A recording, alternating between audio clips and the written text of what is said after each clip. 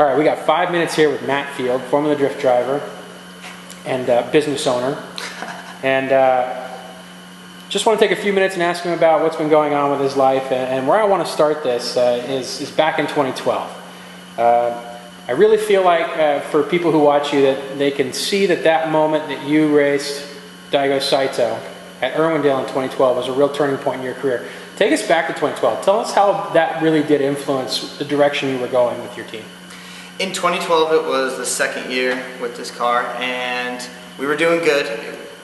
Everything was, kind of falling into its place, and we were learning more than anything. But the big thing that we were lacking was horsepower. We were just underpowered since day one. Like, I have never, up until Irwindale, gone to Formula D with any kind of decent power. And it's funny to think now, because decent power then was when I made 550 horsepower at Irwindale. We added nitrous on the car before Irwindale, and that was the biggest difference in the world. That was the turning point more than anything. It gave me the confidence, and it gave me the ability to do with my car what I've always wanted to do. I've always wanted to be closer to the wall. I've always wanted to be closer to the person, but I just physically couldn't. So it was a tool that allowed me to do what I needed to do. And kind of going against Daigo, and I was pumped when I got to go against Daigo, actually, which was good. I tried to push the fear out of my mind and stay focused and have a good time with it, and I did. And more than anything, I think that's the confidence booster that has kind of shown through this year.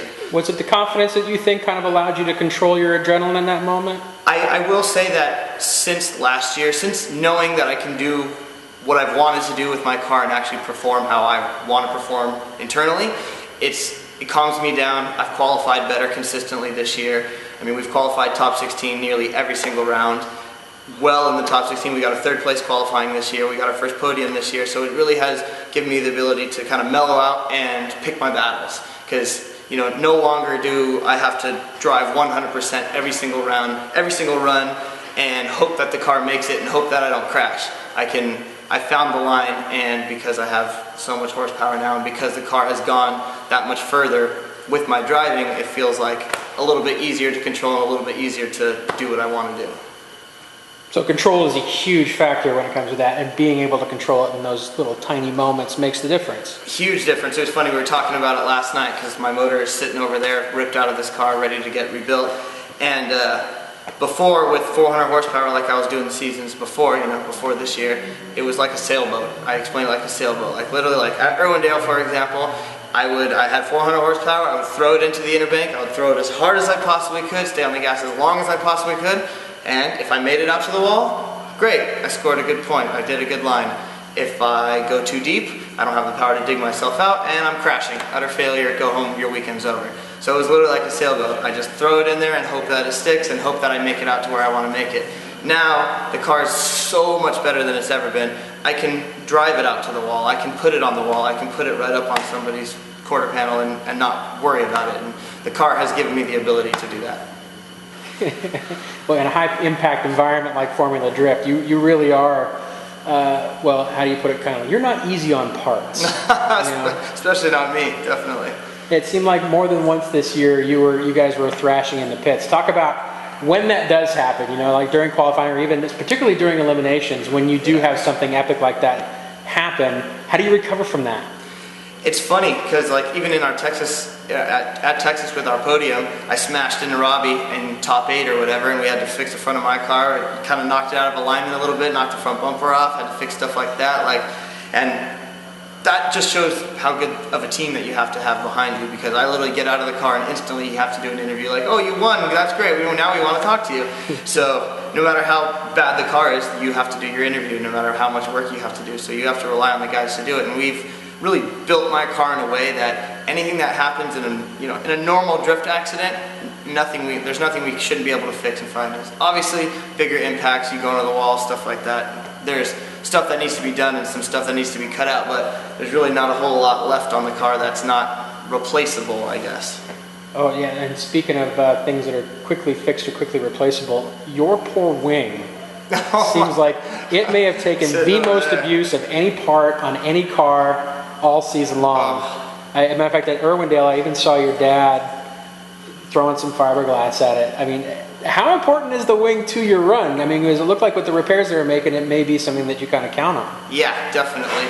More than anything, it's probably a mental thing for me. It probably is. But I'll definitely say when I went into the wall at Washington and my wing flew off and smacked Robbie Nishida in his windshield, that the next run, probably the car was a little bent, probably was me being a little too worked up, but I went into the wall, and when I went into the wall, I was foot to the floor just like I normally would be around the bank, holding it at the bank, and the car kept sliding up the bank and sliding up the bank and sliding up the bank. And I knew I was going to go in, but I was just holding on for dear life because there was nothing. I felt that there was nothing that I could do. No matter what I did, I was sliding up the wall too quickly. And with the wing, I don't feel that. So it's a big deal. That's why when I shredded and cheese grated on the fence in qualifying before top 32 run or before the next practice time or whatever we have to do, we try to get it back full, as good as possible at least. I think more than anything, the wing is for looks, the end plates are for performance. Gotcha. Yeah. So let's talk about this this awesome place that we're standing in right now, Drift Cave.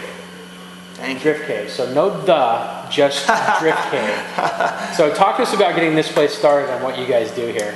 So before it was me and two buddies, me and Ryan Bell and Jeff Wolfson, and we were just a couple buddies, needed a place for our own personal drift cars. So we did that. We got this spot, worked on our own cars, and Jeff's kind of doing his own thing. He got his Formula D license. He's going to be running it, so he needs to focus his efforts on running his own program, which is totally respectable. And our other buddy Ryan is finishing school and getting a real job growing up. So they kind of moved out and moved on, and I've been looking for a place, looking for another place to move out, and we just decided to stay here. So we spent probably a solid week cleaning this place out, getting it reorganized, putting up pallet racks, trying to make it into not just a couple of friends building their own personal drift cars into something that we're now open for business kind of thing.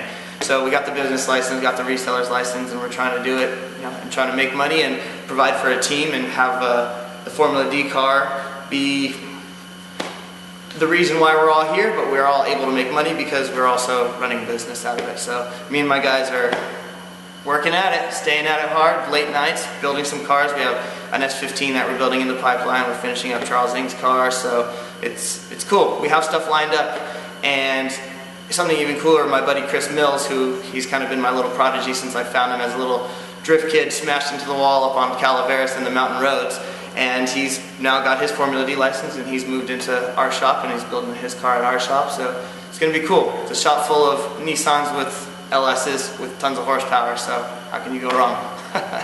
That's awesome. Great. Well, we wish you a whole lot of luck in 2014, and we'll be watching closely, and hopefully we'll get a chance to catch up as the season goes on. Awesome. Matt Field, everybody, thanks for taking the time, buddy. Thank you.